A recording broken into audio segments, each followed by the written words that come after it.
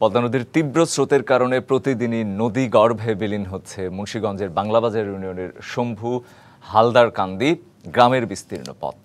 ভিটেমাটি ছেড়ে যাচ্ছেন অনেকেই। সনাতন ধর্মের শতাধিক পরিবারে নেই দুর্গোৎসবের প্রস্তুতি। আরও জানাতে সরাসরি যুক্ত হচ্ছেন সহকর্মী সুজন হায়দার জনি। ভাঙন রোধে আসলে কোনো ধরনের এখন পর্যন্ত ব্যবস্থা নেওয়া হয়েছে কিনা? আসলে প্রমত্তা পদ্মা চলতি বর্ষা মৌসুমের একেবারে শেষ প্রান্তে এসে কিন্তু একেবারে রুদ্রমূর্তি ধারণ করেছে এবং ভাঙন তাণ্ডব কিন্তু চলছে মুন্সিগঞ্জের পদ্মা তীরবর্তী বেশ কয়েকটি পয়েন্টে। বিশেষ করে মুন্সিগঞ্জ সদর উপজেলার যে বাংলাবাজার ইউনিয়ন রয়েছে সেই ইউনিয়নের শম্ভু হালদারকান্দি গ্রাম, এখানে কিন্তু মানুষ ব্যাপকভাবে ক্ষতিগ্রস্ত হয়েছে এবং বেশ কিছুদিন যাবৎ কিন্তু এখানে ভাঙন চলছে। এই ভাঙন আতঙ্কে কিন্তু নদী তীরবর্তী এলাকা থেকে এখন পর্যন্ত অন্তত 20টি পরিবার তাদের বসতবাড়ি সরিয়ে নিয়েছেন। বসতবাড়ি সরিয়ে নেওয়ার পর তাদের পূর্বপুরুষের রেখে যাওয়া যে ভিটে মাটি সেগুলো কিন্তু প্রতিদিনই কিছু না কিছু অংশ নদীগর্ভে বিলীন হয়ে যাচ্ছে।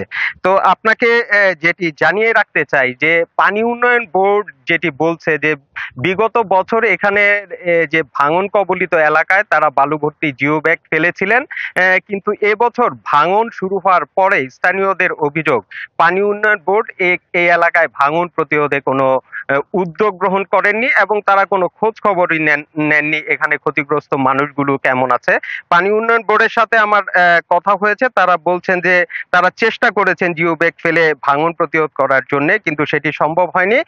তবে স্থায়ী বাঁধ নির্মাণের পরিকল্পনা করছেন তারা। আরেকটি যে বিষয় এখানে সংযুক্ত করতে চাই, এই শম্ভু হালদারকান্দি গ্রামটি আসলে হিন্দু অধ্যুষিত এলাকা। প্রায় শতাধিক পরিবার এখানে আসলে বসবাস করে। এই ভাঙনের কারণে কিন্তু ওয়ালটন এখন দেশের সীমানা পেরিয়ে পৌঁছে গিয়েছে 50টিরও বেশি দেশে। ওয়ালটন, ঘরে ঘরে বিশ্বজুড়ে। আসলে এখানে দুর্গাপূজার তেমন কোনো প্রস্তুতি নেই, কারণ তারা ভাঙন শঙ্কায় রয়েছে। ভাঙন শঙ্কার কারণে কিন্তু আসলে দুর্গাপূজার সেই রকম কোনো জাঁকজমকপূর্ণ প্রস্তুতি এখানে তারা নিতে পারছেন না। তো প্রতিদিনই কিছু না কিছু অংশ নদীগর্ভে বিলীন হয়ে যাচ্ছে এই শম্ভু হালদারকান্দি গ্রামের। রঞ্জন, এই ছিল পদ্মার তীর থেকে আমার কাছে সর্বশেষ। সুজন, আরেকটু যদি জানতে চাই যে সহায়তা দুর্গত যারা রয়েছে, আপনি নিজেই বললেন যে 200-র বেশি সনাতন ধর্মাবলম্বী পরিবার, তারা আসলে এক ধরনের ভাঙন ঝুঁকিতে রয়েছে। সামনে দুর্গাপুজো, তারও আসলে কোনো প্রস্তুতি নেই। এই অবস্থায় আসলে তারা কোনো ধরনের সহায়তা পেয়েছেন কিনা?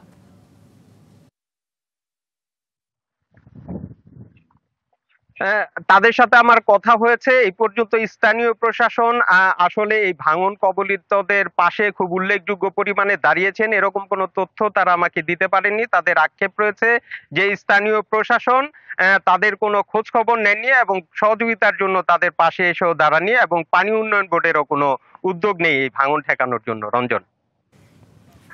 সুজন, আপনাকে ধন্যবাদ।